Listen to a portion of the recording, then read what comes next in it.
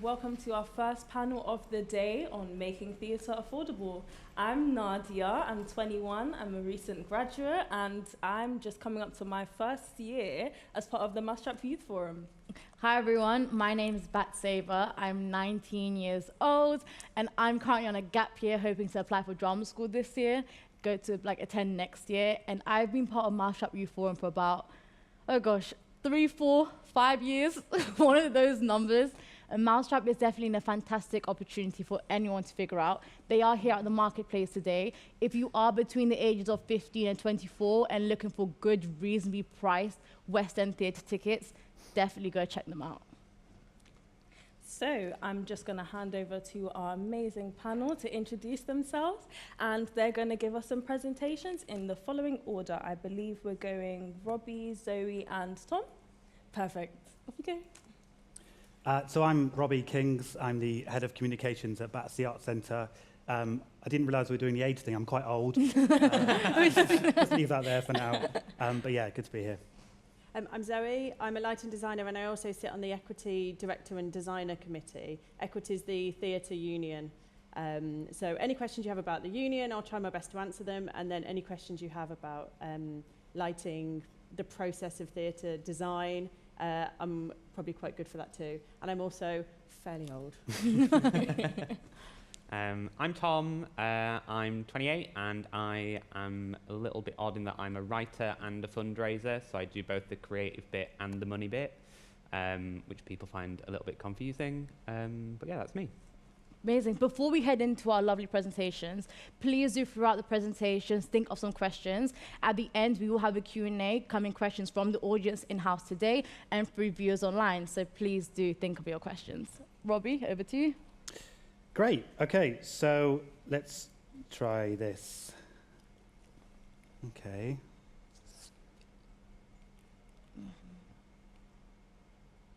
Oh, your clicker died. Uh-oh, clicker might be dead. Oh, here we go. Now there's a bit of a delay. There we go. Great. Okay, let's not skip too far ahead. So yes, I'm the head of communications at Battersea Arts Centre, and I'm here to talk about our Pay What You Can scheme, which Battersea Arts Centre has been running for a year and a half now. It's been a wild ride, and I will talk you through some of our learnings so far on the Pay What You Can scheme, some of the pros and cons, and just some of our headline learnings to date. If I can work this clicker. Hold on.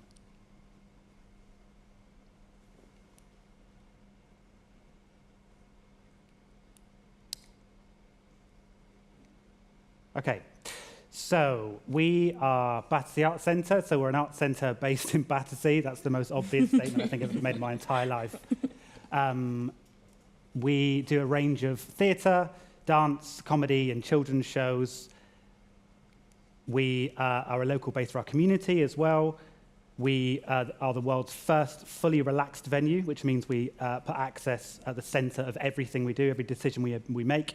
Access comes first.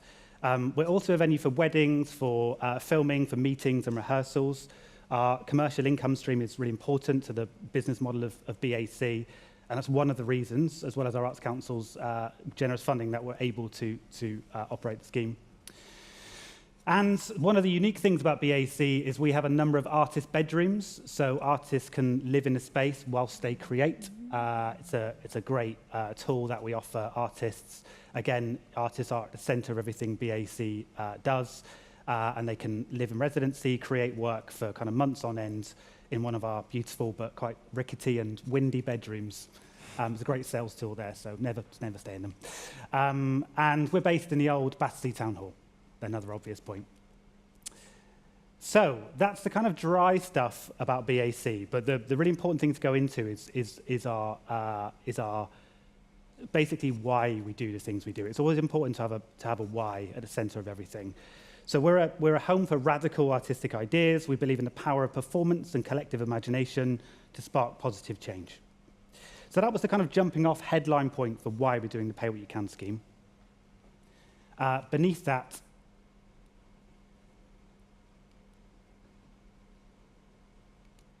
are two kind of sub-whys, essentially, so a bit more detail.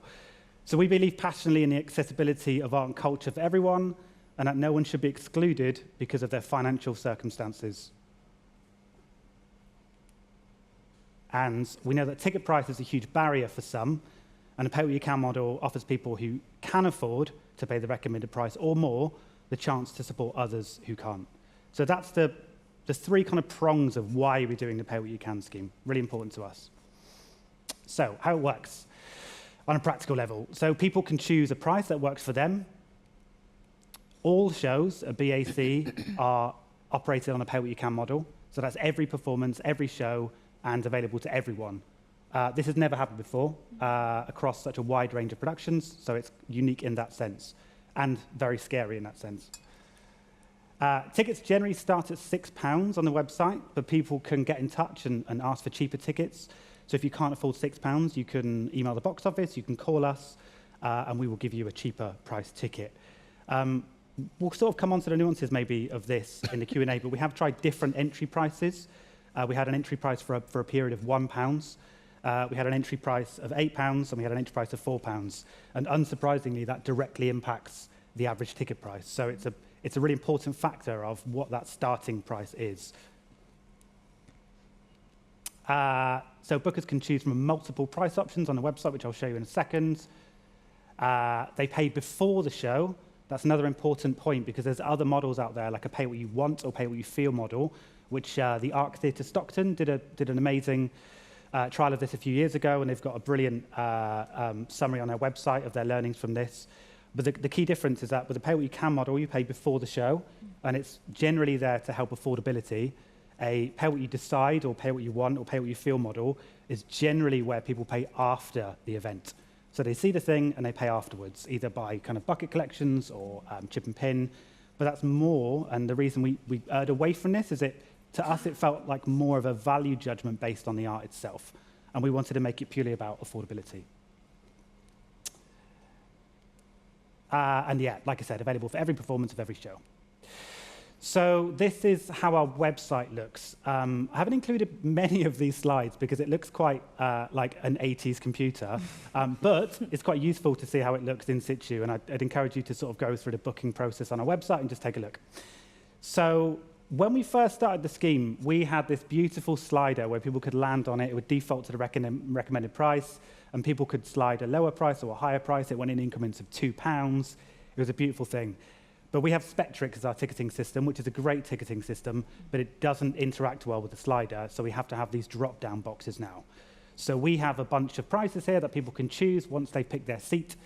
It defaults to the recommended price, so £18 for this show is the recommended price, and it has that next to it. And then, sorry, £16 is the recommended price, and then people can choose a price either lower or higher on the website.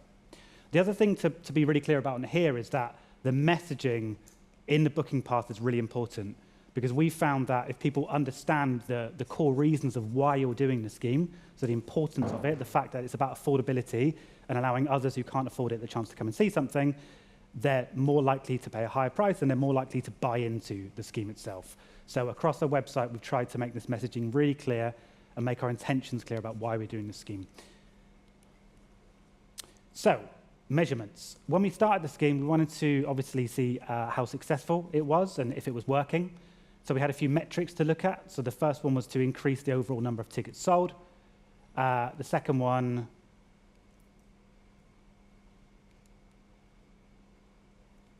was to increase the number of new bookers, increase the frequency of attendance, increase diversity of audiences, reduce the average age of bookers, and maintain historical average ticket prices. So we've been doing it for a year and a half. We have lots of data, so this is kind of how it's going. So more people are coming to BAC than ever before. Oh, wow. So we're selling 85% of all available tickets at the moment, compared to 67% of historical averages. So way more people are coming to our productions, which is brilliant. The second metric is new bookers. This is really interesting. So actually, our number of new bookers has gone down over the time we've done it. And actually, if you look at other pay-what-you-can schemes across the country, like I said, the Arc Theatre Stockton, Mayfest did it this year as well, they all kind of find the same thing, which is one of the downsides to pay-what-you-can, is that it's usually the existing people buying more tickets rather than new people buying tickets. And it definitely helps with new bookers, but over time, it's generally more of the same. And actually, there's a really interesting set of data from when museums were made free in London in 2001. And actually, they've measured kind of who is coming to the museums. And obviously, the ambition was to get new people coming.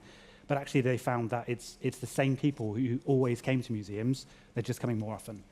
So that's a really interesting measurement. And we're kind of finding the same thing.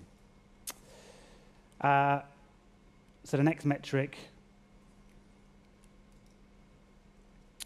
is diversity. So 15% are coming from ethnically diverse backgrounds compared to 12% historically.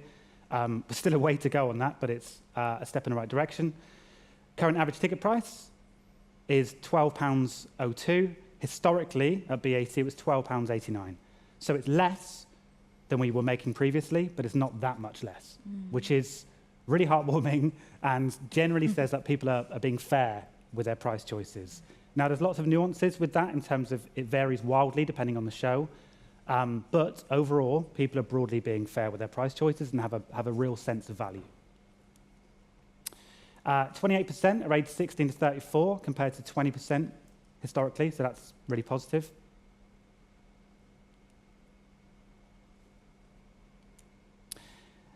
%68% of people have said that pay what you can is a significant factor in them buying a ticket.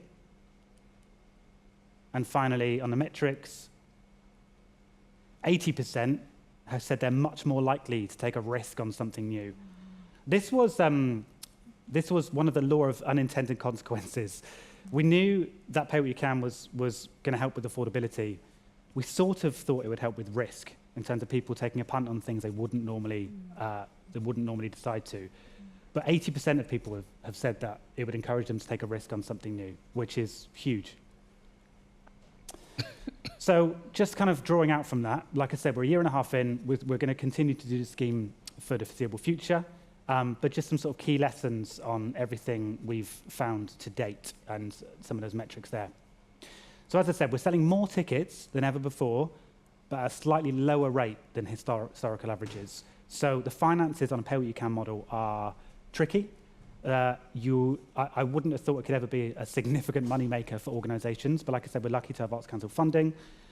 We also have very good funders as well, other funders and private donors, so that helps us, and our commercial income is another thing that helps us. But the other thing which helps is our historical average ticket prices are fairly low. Like I said, as you saw from the previous slide, we're talking around £12.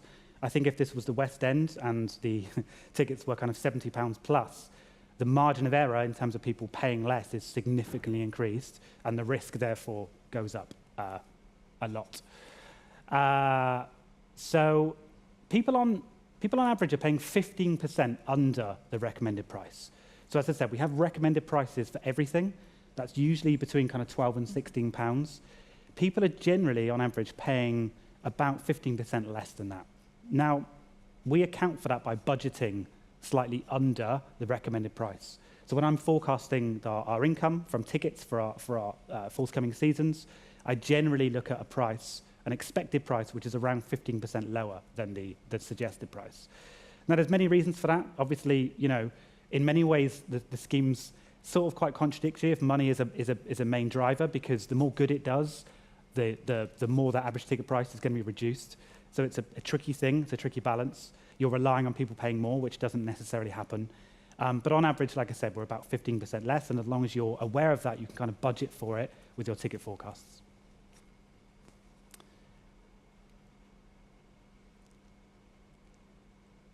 So this is a breakdown of who's paying what. So the good news is most people are paying a recommended price. So 37% of people are paying the recommended price, which is great. 20% pay the lowest price. So a fifth of people are paying their lowest price. And just going back to what I was saying earlier on, if that lowest price is £1 or £6, it's still around that same percentage. So that will obviously drag down the average ticket price significantly, which is why we've gone back to £6. Now, £6 is still not ideal. £6 for a lot of people is still a lot of money. So we do offer that option for people to call. There's just a bit of friction introduced there, so we can keep an eye on that lowest price and hopefully continue the scheme for as long as possible. And then the final measurement here is 4% are paying over the suggested price. So hardly anyone is paying over the suggested price, which is interesting. Again, this has been found at kind of many other pay what you can schemes across the industry and outside of the industry, but just a kind of interesting note there.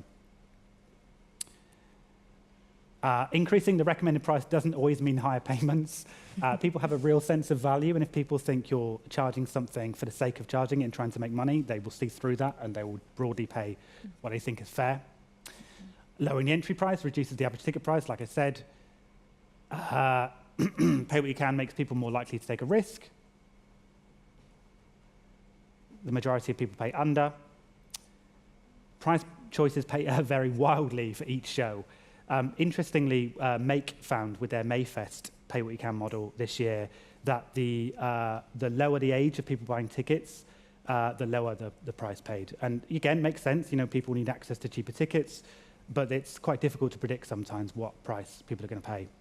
And then probably the most important thing on this presentation is price is just one of many barriers. You know, you have obviously physical access, you have price and affordability, but then you have the sort of intellectual barrier as well. Do people want to come and see the thing you're putting on? Is it appealing to people? Are you explaining it in the right way from a marketing point of view? Are you breaking down why people should come and see something? So price is important to a lot of people, but it's part of many factors in that decision-making process. And I'm just going to end on some feedback that we've had. This is one comment. We've had so many from people that have made me kind of well up, like genuinely, we get some beautiful feedback from people. And, you know, in marketing particularly, we spend a lot of our time looking at numbers, the qualitative side of pay what you can, but then you get the individual stories like this, the quantitative stuff, other way around. That was terrible. But you understand. So the human stories on this are just really what it's all about. And we're inundated with these stories from our research where people are telling us why the scheme is important to them, how it's impacted their lives, what it means to them. And there's so many levels of nuance in here in terms of people saying that it's the first time they've ever been able to come to theatre and bring their family to theatre. We had someone saying that historically they've had free tickets, but the ability to provide for their family by paying something, however little, was really meaningful to them. There's just some incredibly nuanced things in here. Like I said, comments around risk, comments around accessibility, and people saying that they'd rather just have a set ticket price and actually, you know, the being blinded by choice for them is not necessarily a good thing. So, like I said, lots of nuance in there, but overall, kind of been a really interesting year and a half. And like I said, we're going to continue to do this scheme, so please do come along to BAC and come and see one of our shows. I think that's it. I'm just going to... Yes. Perfect. Great. Thank you.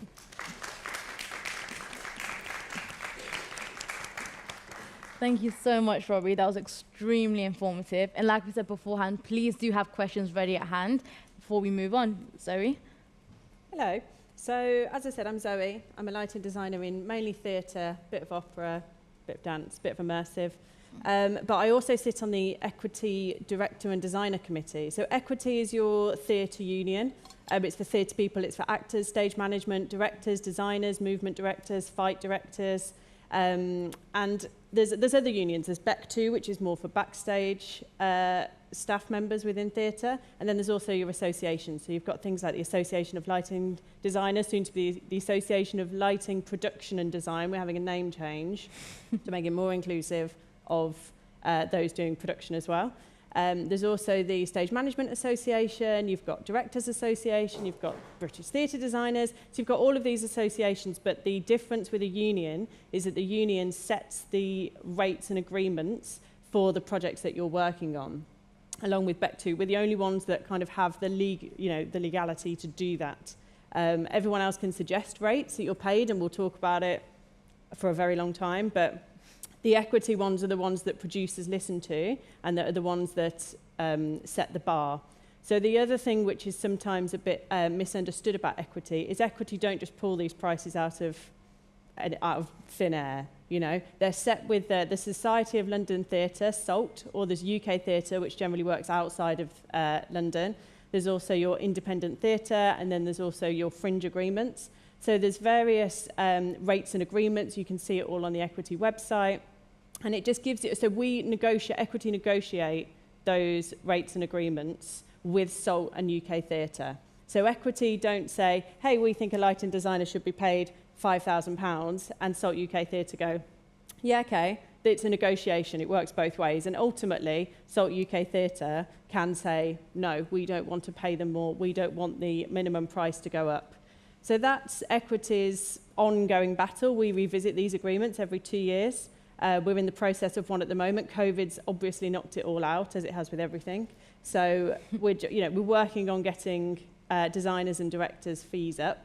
I think the actor stage management one's already done, but I mean, ours is going to be a big one. We're putting forward a lot of effort into making sure that we can get fees up for freelancers.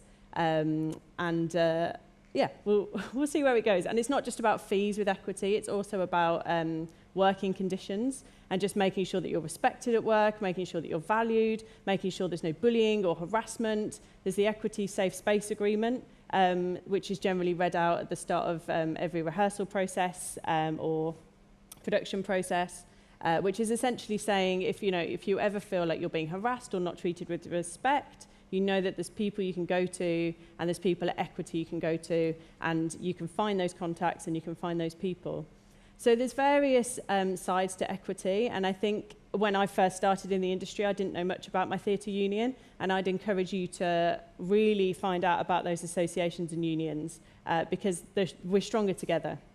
And it's really interesting sitting here next to Robbie and Tom, because they're both talking from one side of theatre and I'm very much on the other side. I said to both of them before starting, they spend their lives trying to raise money for theatre and make sure to bring audience into theatre, but then I sit there and go, please pay us more. There's never enough money for us. So hopefully they won't hate me. But yeah, there's never enough money for us. And I think a big question is, how do we bring in more money for theatre, and then how, making theatre affordable. And there was various things I was thinking about in terms of, for me, it's how the producers manage your money. So if a producer's managing money for a show, where does that money go? And then you need to sell tickets. So how do you sell more tickets? So everyone is vital to this process to make sure that you can, bring your audiences in to see the work and to make sure that everyone's looked after on the job. So yeah, I think it's triggered quite a few questions coming from seeing these 2 points of view as well. So what else was I going to say? So I think in terms of planning with your theatre show, I'd say plan in advance. The way you're going to save money and make your money go further is to plan in advance. Book your people in advance. A big thing we found with Equity over COVID was that people are not on contracts. I could be doing the final performance of a show and be signing the contract for the show. It's not good enough. We need to contract people sooner, contract your production staff, make sure that everybody has financial security and knows what they're going to be doing for the next 6 months. So get people on a contract. And then the way creatives contracts work, I'm generally paid in 3 installments. So as soon as I sign that contract, I'll get a third of my fee, which means that I can then start on the show straight away because I've been paid money to do that. So it works both ways. If you haven't got someone on a contract, they could walk away at any point. They might not get the job done for you, because why should you work without a contract in place? You wouldn't do that anywhere else. So why is it acceptable within freelance theatre? Mm-hmm. And I think that comes down to, it's all planning. It all comes from the top. So I think prioritise getting either yourself a contract, if that's you in that situation, or if you're the person, give it the contracts, make sure that's your priority to get everyone booked in, get people paid, especially at the moment with cost of living. People need money in their bank accounts. So make sure that you have that in place. So the Equity contracts are online that you can see, the rates and agreements. If you're ever unsure of what should be in a contract, go and have a look at that. It's really helpful. And I think not every show is an Equity show. Not every show pays Equity minimums and Equity rates. Some go above, some go below. That's why we have the Fringe agreement. It's coming out very soon, I think towards the end of this month, to just guide people and educate people on how they should be paying people and the work that goes into making theatre. So much of what I do is invisible. So, whether it's sat with a laptop, drawing plans, researching, going off to research things. I could be working on a show for a year before even stepping in a theatre, and so much of that is invisible, but that's still work that's valuable to the show and needs to be paid for. So the Fringe Agreement is hoping to educate people on what we do and how we should be paid for that time. Because, you know, we're skilled people. A lot of us have either degrees, experience, training. You know, I've had 10 years in the, in the sector since graduating. And it goes a long way, but I'm still paid pretty much the same as I was, as I would have been 10 years ago. If I took the same job 10 years ago, the fee would still be the same. So we need to get those fees up. They need to be going up with the cost of living. They need to be going up with inflation, all those things. So, I think keep pushing to where you're doing your budgets is to put your budget into people and to make sure that you're pushing for what you need from your fundraisers. So, you know, ask for what you need. So I think another element of that is to make sure that your budgets are clear from the off. Make sure that you've assigned every single penny. And if you do that throughout the design process, it means that you can spend your money more efficiently. So if you design something 6 months in advance, it means you can have your workshop booked, you can have your people booked, you can have your lighting equipment booked, and people will give you a much better rate if you do that far in advance than 2 months in advance. And that's what we're finding at the moment with COVID, with Brexit, all of that. Price of wood doubled, tripled in price, but people are they've still got their old brains on in terms of how to budget a show. Producers are still working on models from 2-3 years ago, which means that we then as designers are either having to sacrifice big ideas or redesign. You know, we're having to constantly redesign to work around these, the cost of living crisis and the just money that is not there in theatres. So it has to be a two-way conversation to make sure that people aren't being exploited and that you're using the designers and the creative heads to make the best show that you can.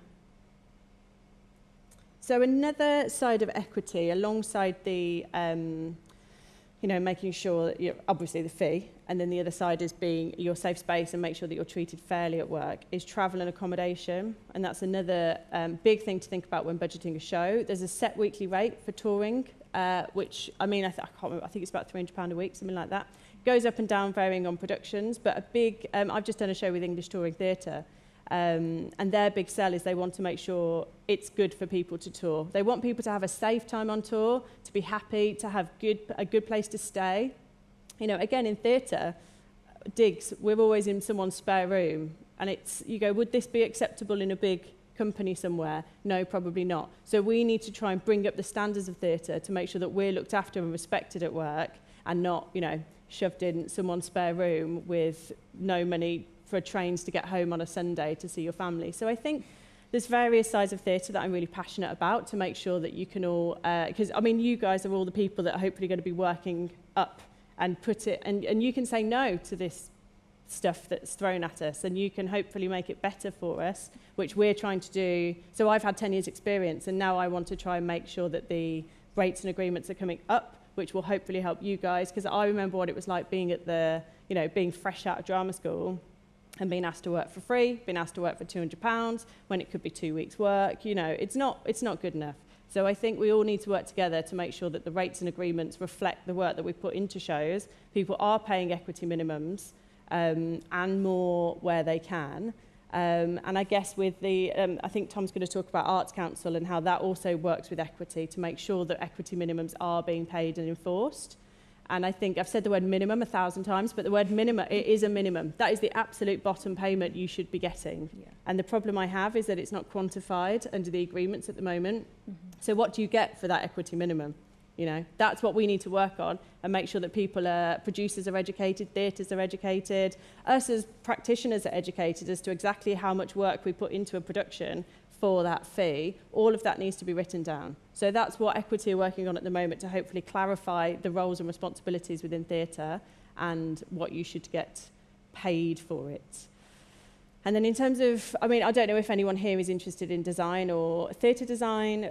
I'm specific to lighting, but I'll be included in the whole design process.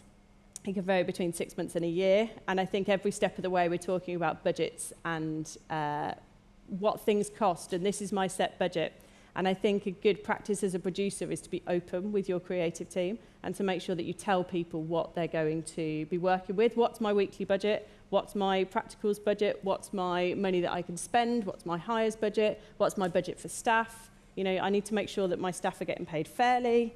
Who are those people that I'm bringing in? They're fellow freelancers. You know, so there's all of these things that you need. There needs to be a two-way conversation with your producer and your creative team and your production team about all those elements.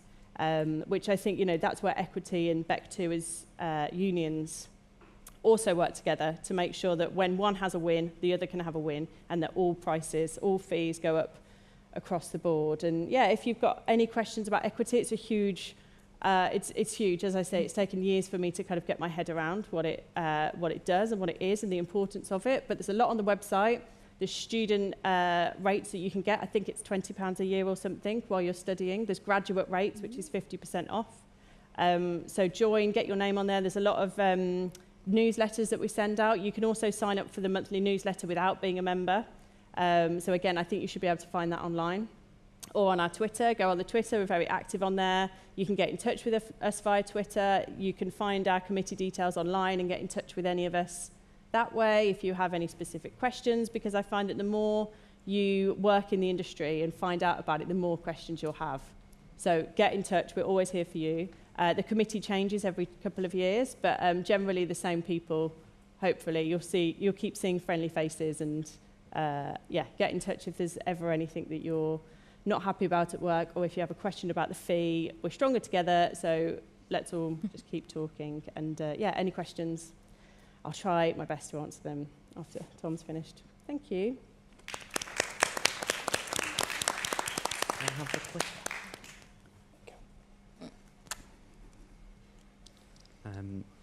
I've got notes on my phone, or I will just end up on a tangent somewhere else. So just going to say as well, I'm a writer, so my union is the Writers Guild, fully paid member, not against paying people. Just going to put that out there. There are other unions available. Hello,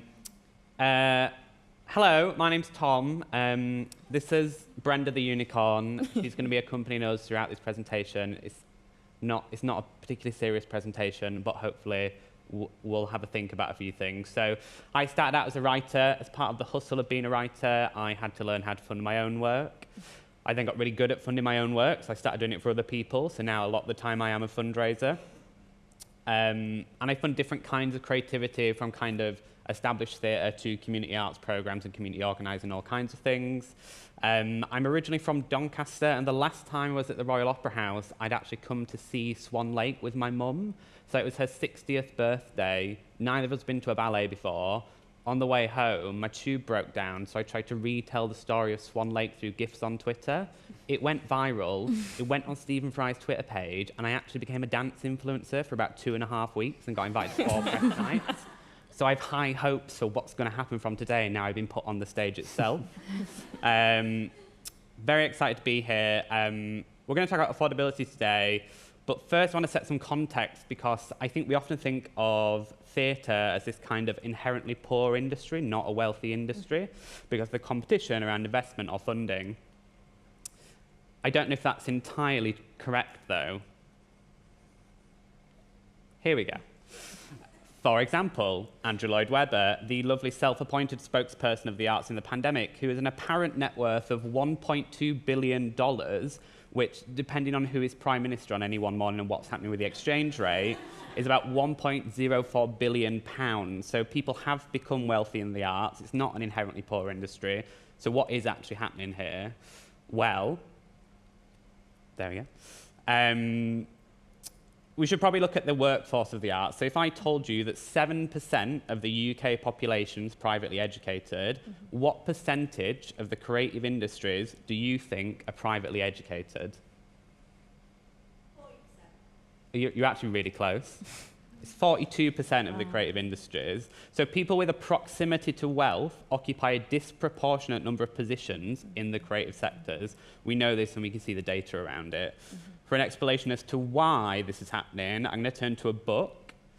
I've got quotes from books, so I'm proper.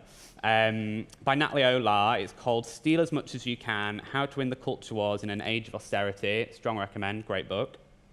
Natalie, when talking about leaders and artistic directors, or whatever the equivalent of an organisation is, says, in order to perpetuate the myth of their inherent value and secure their future existence, these roles, by their very nature, have to be filled by candidates whose cultural signifiers, from posture and manner of speech to the fairly imperfect measure of intelligence and aptitude that is school and university grades, suggest their proximity to these structures of power. So what she's saying is that the leadership of our sector is often required to perform or have a proximity to wealth and power, because then people think that the organisation or the art form that they're associated with has wealth and power, and it gives the art form or organisation value. What's happening then, so building on the idea earlier, is that wealthy people are progressing into the workforce, occupying a disproportionately large amount of the space, and then more rapidly progressing into leadership roles. And this is quite intentional as well. The fundraising plans and business plans of arts organisations rely on this happening. It creates what I like to call trickle-down art. There is a belief that if you pay this one, normally white, normally a man, normally non-disabled person at the top of an organisation a load of money, then the genius of that person will trickle down and make all the art and creativity in the organisation somehow magically better. And the people at the top, they really do they are highly paid. If you want to research this, there is a website where you can look at the accounts of charities, and most theatres are charities. It's called the Charity Commission, and we can see there that even in buildings that are receiving public money, so money from the Arts Council, there's artistic leadership being paid over £200,000 a year, when the median salary of the UK is just over £25,000 a year. In some cases, leadership buildings are being paid 10 times the median salary in the UK. So people with a proximity to wealth are progressing into the industry, then into leadership positions, and then being paid high salaries in order to ensure this kind of pipeline and this development keeps happening. This is what the creative industries look like. So a small number, if you imagine that it's about amount. So a very small number of leaders at the top controlling a large amount of wealth. And this is why we think we have an affordability problem. Loads of us sort of down at the bottom are fighting over a very small amount of money. We make our ticket prices disproportionately high, or we try and pay people less. I would actually argue that the arts doesn't have an affordability problem. It has a distribution problem and a decision-making problem. And the really annoying thing is, it's kind of baked into the creative industries. So a lot of us rely on this happening in the sector, and that idea feels kind of overwhelming, right? Luckily, Natalie's got some ideas. Here we go. Back to the book. She makes one of the suggestions about what we might steal. While we read opinion pieces all the time about the need to overhaul and strip out prejudice from these hulking, great, prestigious institutions, I would argue that we are essentially missing the point by even conceiving of them as prestigious, thereby perpetuating their power and ability to wield elitism.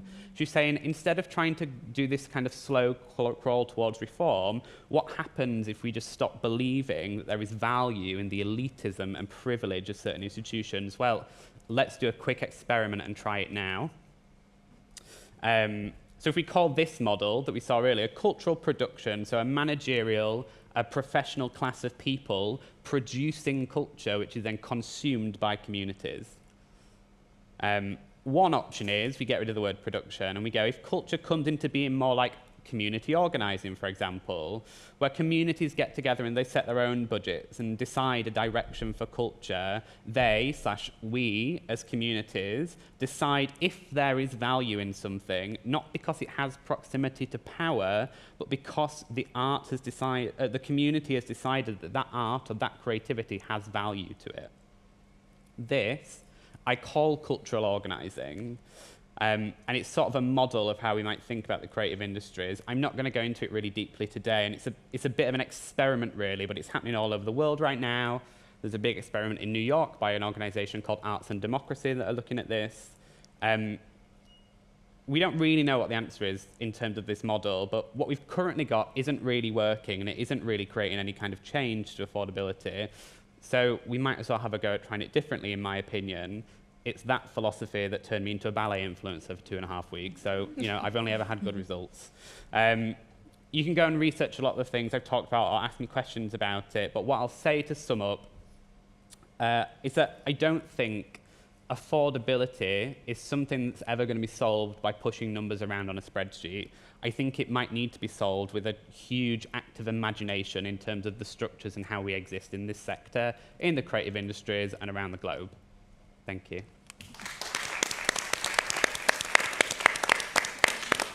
Thank you so much. That was, wow. Okay, I do have a question first. Sorry, guys. Just before I open it up to the Q&A. Sorry. My question is, we talk a lot, well, you guys have spoken quite a bit about wealth and the redistribution of wealth, particularly Zoe and Tom. But in what ways can we work towards redistributing that wealth?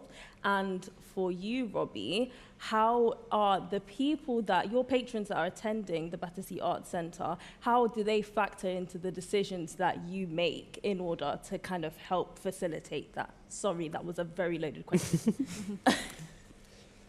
Yeah, I mean, I can start from a BAC point of view. I think there's two things. Obviously, you know, we have lots of community and outreach work, and we're in dialogue with our local community. It's really important that our work represents the local community and is kind of ground up. At BAC, we kind of helped pioneer a big co-creation scheme. So we do a lot of co-creative work around the country and in London as well. So co-creation is, by its very nature, you know, work that is created by people from the ground up, and everyone has a voice, an equal voice. So that is a very good way for us to kind of understand what people want. I think that the wider picture about the economics are just very complex. I think it does, you know, any significant change takes significant ideas, and with big ideas come big risk. And I think, you know, we're an industry that is very averse to risk. Things change very, very slowly. Money rules, and I think, you know, when we have these incredibly sort of devastating financial situations that we have at the moment, people just become more and more unwilling to take risks. So I think it's a tricky and complex problem, which it would require a big solution, as Tom sort of alluded to. Yeah, from BAC's point of view, I think it's really important that we listen to our community and we do work that is relevant to them and speaks to them as well. I think it's about education. I mean, what I would love to do is for us all to just swap roles for a whole show. So I would step into a producer role, someone else would step into a lighting designer role, someone else into a designer, someone else into a fundraiser, and just see what everybody does. Because I think a huge problem with the industry is there's a lack of understanding, and there is an invisibility to what some of our roles are and what we do. So I think more education on what we do and more willingness to find out as well. I don't think it's what's the right word? People are ignorant to it, but I think it's equally us as practitioners to share what we do. Theatre is often seen as a closed door, and I don't think that helps. And I've had a lot of doors closed in my face. So I always try and open doors for people, and I hope that other people will do the same. And then it's also about, at the moment, I'm trying to arrange a lot of meetings with producers, directors, anyone will listen, about sustainability and how we can be more sustainable in theatre. And I think the same could apply to how we redistribute money in theatre. I'm kind of at the, you know, a show could be created for 5 years and I'll be on the last year of that, you know. So I'm not kind of the big producer at the top, but I would love to know more about it. So I just wonder whether there's more education, there's more things like this that is accessible to people, so that they can just learn more about what we do. But I mean, that won't solve the problem, but I think it will certainly help getting people paid better, and therefore funding more money for people in the arts, rather than, you know, one guy at the top getting paid a lot and everyone else getting paid very little. Hopefully that will redistribute within the pot of money that we have at the moment. Yeah, so don't make me a lighting designer because I'm colourblind. The lighting would be awful. Oh my God.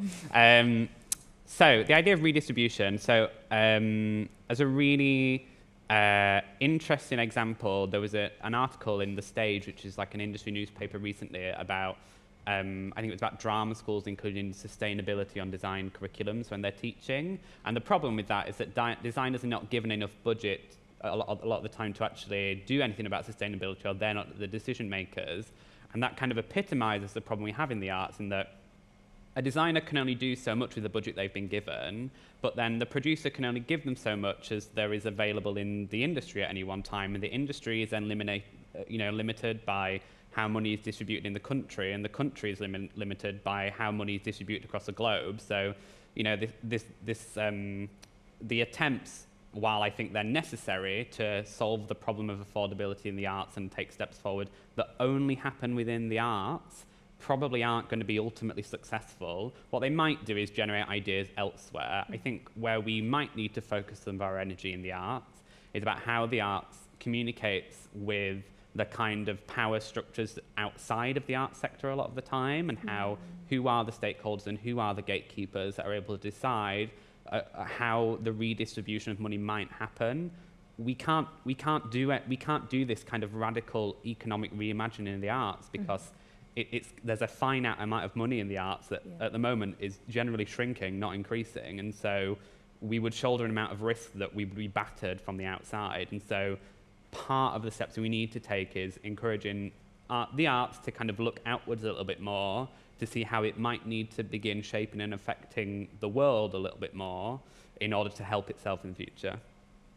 Thank you. Do we have any questions in the audience, in person or online? Yep, over there. Our colleague would just come by with a mic, so don't worry about it. You don't need to project, it's okay. Thank you. Oh, thanks so much. This was super interesting, hugely informative. Thank you, all of you. It was great.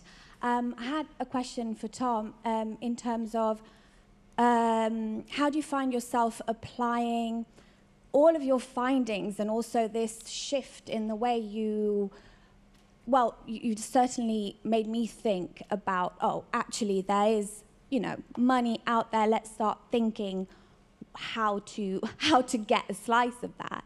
How do you find yourself approaching fundraising in your day-to-day life, applying this vision and your findings? Like, has it changed throughout the years? Is it that you just see the potential and so it's changed maybe the boldness in your approach? Yeah, just if you could just talk about that, that would be super useful. Thank you so much. Could I have your name? Sorry. Martina. Martina. Thank you, Martina. So Martina's question was based on, in terms of fundraising, which I know you have an organization, BAP. Yeah. Which we'd also love to hear. I feel like you'll tie in really greatly with this question. How would you approach fundraising with a completely different economic society that we constantly face? And how does that change constantly? How do you personally approach that? Yeah, so I mean, there are big shifts happening in fundraising now anyway, in terms of what the priorities of funders are, in terms of what they want to fund. And part of the problem that the funders are trying to solve is the same problem that artists are trying to solve, right? This problem of like how money is distributed and diversity. And largely we've come up with very kind of expensive, elaborate solutions within big institutions that they're kind of trying to fund. But actually, part of my work as a fundraiser, so I work with arts organisations and activists and community organising organisations, is sitting in that place and having them learn from each other and how they budget and how they do decision making actually helps when I'm doing fundraising in the arts. I always say to people, the act of fundraising is an act of storytelling. It's telling the right story to the right people in the right way. And actually, if you can figure out how to tell that story compelling enough for on a project basis a lot of the time, funders are really interested and do have an appetite for seeing these new ways of kind of budgeting and thinking about decision making and those kind of things. You know, then when we get to like a cultural shift about what happens in the sector, that comes from having people in significant positions of gatekeeping think differently. The only way, the actions that we as people can take to influence how they think is by continuously applying to those funds with new ideas until they're like, oh, there's like 80% of these applications that kind of work a bit differently. Maybe we should really think about what's happening here. And that's annoying because it's like, it's basically doing a lot of labor for a lot of rejection, but it's kind of some important work that we might need to do. Yeah, does that kind of get there to answer the question? Perfect. Any more questions? Afria will just come around with the mic. Hi, I'm Emily, and I really enjoyed the talk. It was really good. Just with the cost of living crisis, inflation is rising so high, and I think it's really interesting as someone who's early career and looking at budgeting, from all of you, how are you handling that? Because it's changing constantly. So when you're coming to do your budgets, are you just going off the recent number? Are you taking an average? Because, like you said, some projects are 4 or 5 years. God knows where we're going to be in 5 years' time. So that's just one question. And my other thing is, hybrid sort of disappeared very quickly after COVID. And one thing that I'm always curious about is, do you think going back to hybrid performances might make the industry more accessible? So that's my spiel. But yeah, thank you. Could you have your name again? Sorry, yeah. Emily. Emily, thank you so much, Emily. Emily's question is based on the hybrid model that we saw particularly during COVID. Do we think at any point that that could come back, especially now with the increasing cost of living crisis? I think it is in sense of productions, kind of, and it's found a new version in that a lot more productions are now being filmed and being filmed to a high quality, and people are learning about that all the time as they film more productions. You know, there's a lot of things in the West End that are now filmed. There's NT Live, they do a lot of things. But then I think in terms of accessibility to smaller scale productions, that's where we need more support. And I've done smaller scale productions where people have tried to film it, and it costs thousands and thousands of pounds. I did one recently called Drown Town, brilliant piece, all about mental health, a dance piece. It was meant to tour, couldn't. So then the Arts Council gave us some money to film it, and it was nowhere near enough money, what we'd need. So again, it's lack of understanding of what's needed, how much people cost. That's my fee for a week, it's my programmer's fee for a week, it's the theatre, it's 5 dancers, choreographer, you know, there was also, movement director on that as well. It's how, plus everything to film it, it wasn't enough money. So even though the Arts Council said, hey, here you go, here's some money to film it, wasn't nearly enough, but we still had to kind of do it anyway. Therefore, we took the hit as practitioners because we were last in the pile to get the money. And luckily, you know, the company were really understanding, and we all reduced our hours and worked around how we could do less to make the fee a bit more fair. But I think there's a big problem with that. And as well, you know, I'm about to have a show filmed that's in the West End, and that, again, they're saying, oh, I might not need to be there for the filming. So then I'm trusting my work to a group of people. And you hope it will be really fantastic, but you just don't know. So again, I think it's important to include more people, start the conversation earlier, book us for that work, make sure you create the best product you can, because why should someone who's watching a production get a lesser version of the show that isn't the correct vision because there wasn't enough money to support that? So I think we don't want the quality of the work to go down through those broadcasts, is my big concern as a creative, but it does reach a huge amount of people. I mean, I had an archive recording of a show go out in lockdown, and it looked and sounded appalling, but it reached a lot of people and has a really important message. So maybe that's fine, but I would like to put a big note on it saying, I had no part in the making of this video. It looked great on stage. Thank you. You know, so yeah, it's very tricky. Yeah. Yeah, I mean, that was our experience of hybrid work. It doesn't sell in terms of it doesn't make the money it needs to make back. And that's a problem, of course. I think what's really heartwarming about that, and to answer the question about how do you budget, is you've got to try things. You know, that was the industry reacting really quickly in a really brilliant way, and some amazing stuff came out of it. I think, you know, if you're the NT, for example, the NT at home has done remarkably well, but then they've got famous people on stage, tends to help. At BAC, we did lots of digital work, and it was okay, and lots of people viewed it, but it just didn't make any money. It didn't make the amount of money it needed to. So I think that's a challenge. But as I said earlier on, you know, that was a brilliant lesson in reacting and being malleable. And I think that's the big lesson for the next few years, is we need to try new things, we need to keep trying, and we need to take radical steps and try new things. Yeah, just really quickly, I was going to say that, yes, streaming is super important in terms of accessibility. Yes, it's super expensive and requires a lot of subsidy, but part of what we've got to do sometimes is make art a little bit differently. You can't make the same art in a different set of circumstances. So at the beginning of the pandemic, I was going to make a show, and we realized that the only way we could make sure everybody was paid properly was by not having a rehearsal period. So what we did is that we developed a show that has a guest performer every night, developed a piece of technology where they could do the entire show from a karaoke machine, made that part of the art, and that became the show. We're now using that technology to make a panto this Christmas, and it means that we can pay people relatively significant fees within a cost of living crisis that's still affordable, make tickets affordable because we've reimagined what the art we're making is, and it's kind of essential to do that sometimes, and I think it's where some of the resistance comes from a lot of the time. You can't make the same art in new conditions, basically. Thank you. We're going to take one last question. Over there, yeah? Hi, my name is Daisy. Thank you for the talk. It's been really informative. I wanted to ask, so from my perspective, I'm a writer who produces my own work because I have to, otherwise it's not going to go on. And to do that, I created a theatre company with a few friends as sort of a vessel for that.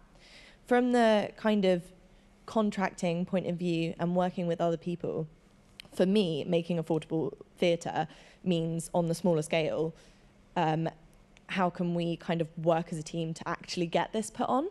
And I wondered for you, how do you think and how well do you think a profit share contract works, and legally and from an equity perspective? What would you recommend around that? Yeah, hopefully the fringe agreement will be out in time for you to get the answer to that question. I personally have not done a profit share. I personally don't agree with them, but I understand it's a good way to get people out there and doing work. And if making sure that it's a good, safe, happy, rewarding environment for people to work in, sometimes that can be the kind of what people need to propel all of your careers forward. So it's really important to make sure all of you have an equal piece in the pie and you can all make the production you want to make.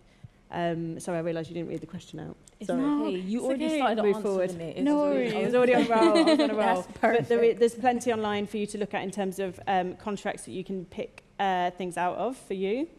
And I think talk to your team. I had a really positive experience with someone who made a one-woman show with Arts Council money. And before she applied, she said to me, "What would your fee be for this?" And I told her, and then all of us got the full fee that we wanted. Mm-hmm. So it can work. It's just often no one ever asks us that question, and they forget about a lot of the prep and work that goes into those kind of shows. So just be really open with your team, have those conversations, try and do things again over Zoom rather than people paying for travel and coming in. If you can cover travel and expenses, do that as a priority. Buy everyone dinner, get a load of pizzas in. Stuff like that goes a really long way on profit share shows to just show that you really care. That's not what equity would say. But that's what my experience as an LD. I was just going to say that I think we have to think of a profit share not as a method of paying people, but as a business agreement between a group of people.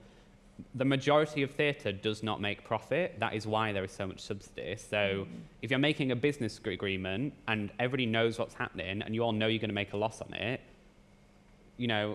run away to your heart's content. It's not a replacement for paying people properly, though. It's a business agreement. Where that gets muddy is that if you look at a lot of fringe venues, specifically in London, you're doing a profit share, but that venue is charging you upfront costs to be in that building. They're not sharing their profit with you. They're saying that you have to shoulder all the financial risk as a writer or as a producer, and they're not shouldering that risk. And so I think that's when it gets muddy, where you have to be like, oh, if we know we're not going to make profit, isn't a profit share appropriate? And have people entered into this in a willing, informed way. The ideal, I think, is that everybody has a guaranteed payment for the labour that they do. If people want to enter into a business agreement, that's up to them, but it has to be in an informed, honest way. And I don't think there are a lot of theatres in London where you can do it in an honest, informed way right now because of the charges you get given. Perfect. And on that note, thank you everyone for coming in today, and those online and our panelists. Could you please have a round of applause for everyone? Now, before we do leave, and remember that our next panel talk is at 12:30, we will like to leave you with a message. The arts industry is a multi-billion, multi-million industry. It is one of the biggest exports of the UK. It has money in it. As we've heard our three panelists talk, 80% of Battersea Arts members wanted to see a new show. The risk is there, 80% of people. And this is a scheme that's only been there for a year and a half. So imagine 5 years' time, 6 years' time. don't give up because we believe right now it's not our time, or we believe there is no money. There is money in it. As Zoe has said, we just need more of us to be able to join those schemes, join those equities, more of us in that room to be able to push forth that conversation, to apply that slight pressure. If we see something we don't like, we have to be there to speak about it. So don't feel disheartened. We're here for a reason, so let's keep pushing.